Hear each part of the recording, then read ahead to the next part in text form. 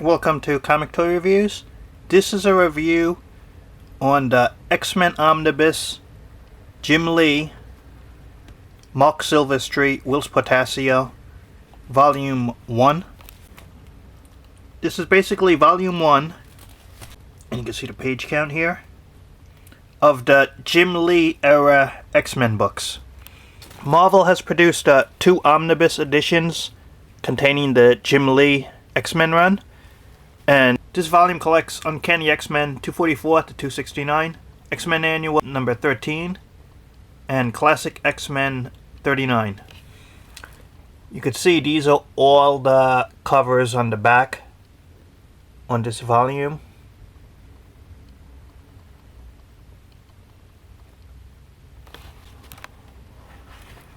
This is the inside cover. This is the opening page credits. Writer is Chris Claremont. Pencilers, even though there's a few, the majority of it is Jim Lee and Marc Silvestri. This is the table of contents page. This volume starts in 1989. It ends on October 1990. This page is a little backstory about the setup of the events right before this volume starts. And issue 244.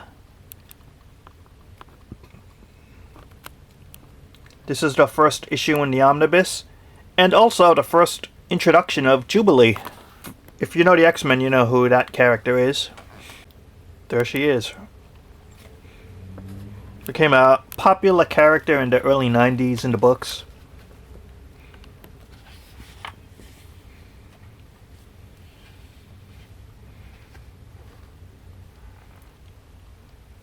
The majority of this volume is the issues by Marc Silvestri and Jim Lee. And it's really a great volume, this omnibus. I had a lot of these single issues.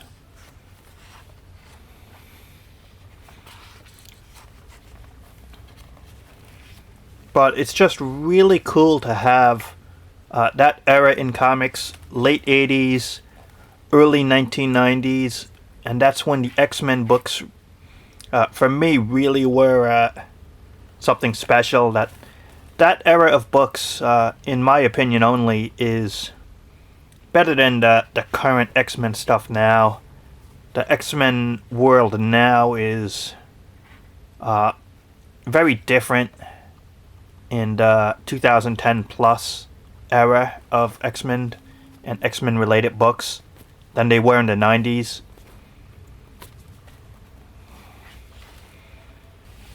I would say for the most part it's almost unrecognizable, the stories and how the characters are portrayed now versus then. In my opinion, Chris Claremont was still in top form back then. As a writer, he was still producing good stuff.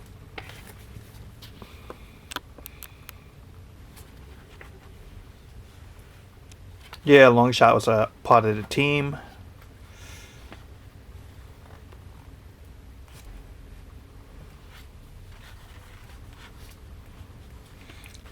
The reproduction in terms of the paper quality, the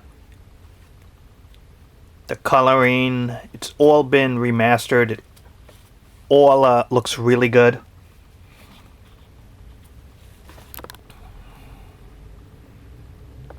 Really cool cover.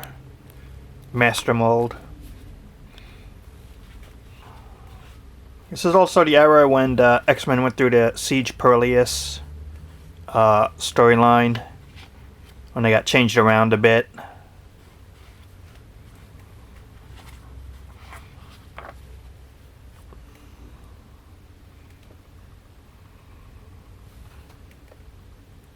Really good cover here. The first part of the volume is a lot of Marc Silvestri work.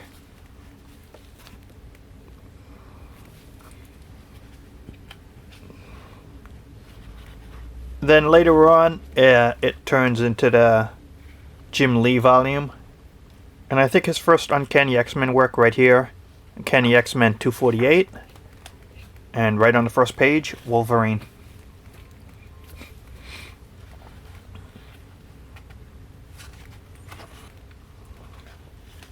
Jim Lee not only drew a great just X-Men team and the books all around, his portrayal of Wolverine, and in my opinion the Punisher as well, really boosted those characters in the 90s in terms of appeal.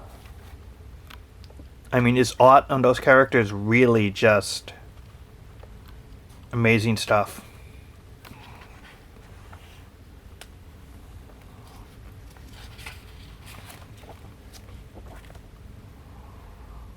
Some other readers might also remember this era as when you had a teenage Storm appear in the books.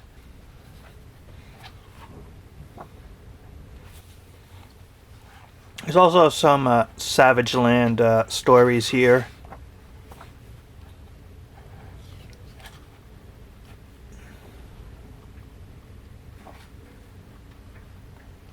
If you remember that character, I think it was called Zaladane.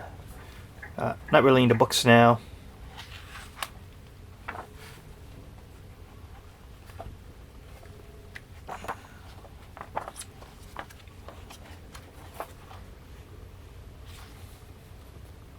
Just a great X-Men cover here.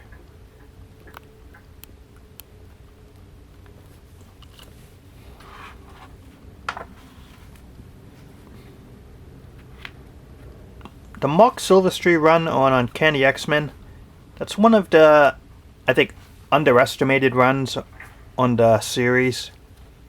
Not appreciated like other runs that other creators had in terms of artists, but it's a really good work he was doing back then. Has a unique style.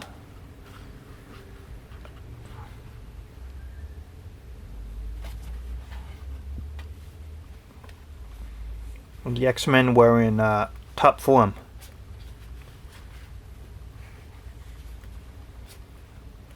Just going through the issues a little quicker.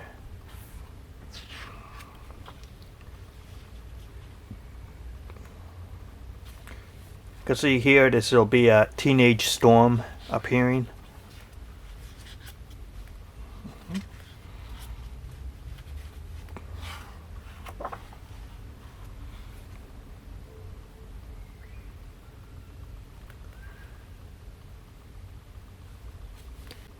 As mentioned, first half of this volume is mostly Marc Silvestri, and then the second half is Jim Lee, mostly, on this first volume.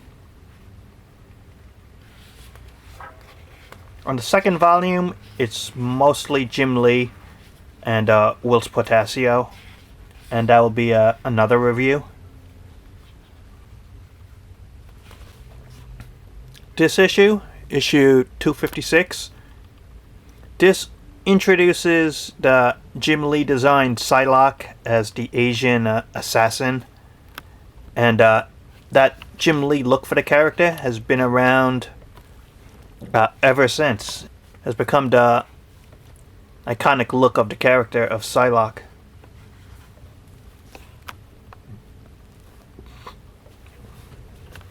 And it starts out how the Hand was trying to manipulate her and control her. Also has the Mandarin in it, right over there. This was like a 3-part storyline involving basically Psylocke's transformation from who she was into this purple-haired ninja assassin type. That's issue 257.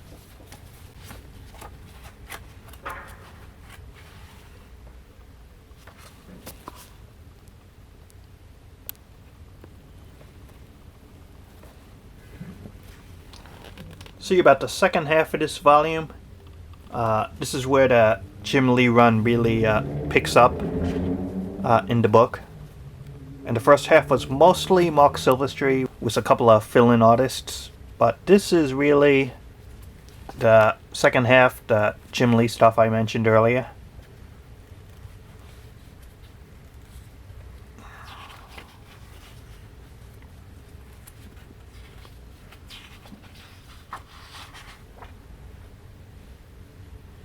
This also really, in this volume, you saw the progression of the Wolverine and the Jubilee relationship.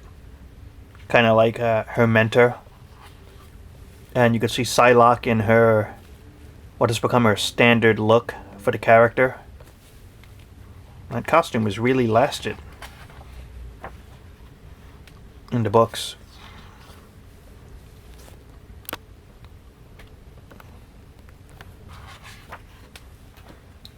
Yeah, Wolverine, Mandarin. Nice cover.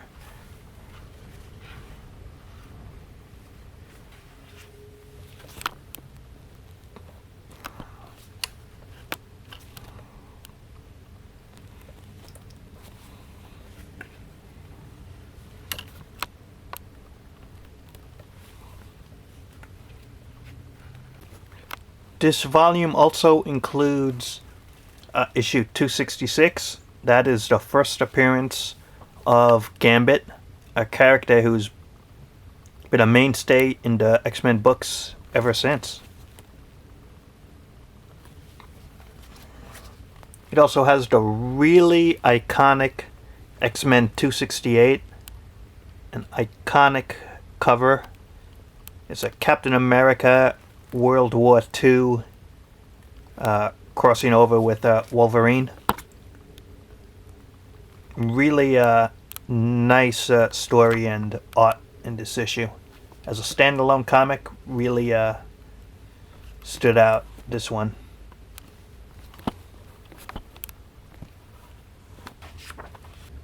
And this is the last issue in the volume. Really good stuff. And then you get some bonus, it's like a bonus story here. And you get some nice extras, some nice pin-ups. Showing you some great covers that Jim Lee did for X-Men related stuff. That's the first sketch of Gambit in terms of the character that was published in that costume. The extras are pretty good. Really good volume. It's a really good omnibus. And they have two different covers. This is the direct market cover, and that's the one I bought. The good about this volume is if you're a Marc Silvestri, Jim Lee, early 90s comic fan, this is some great stuff, some great issues. If you don't like those artists in particular, then this volume's probably not for you. The price tag is expensive. It's $125, which is funny because page count wise and size and everything, this fits in the $99 range of other omnibus books that Marvel has produced. And with online discounts, this ends up in like the $70 range or so. Still very expensive. I mean, that's an expensive volume. As mentioned, for X-Men fans or fans who want to try out some good stuff from the 90s, I would recommend this volume. It's really good. But price-wise, it is pretty high up there. But when a volume like this goes out of print and they don't produce it anymore, books like this tend to go up in the aftermarket. And this volume, I predict, will go up because it's Jim Lee. And he was a great X-Men artist. And since he's at DC now, you're probably not going to see Marvel work from him again. And the fact that this volume contains the first half of all of his X-Men stuff, then That's really the selling factor for this volume and the next one, which will have a future review. So that's the review. Thanks for watching, and talk to you later.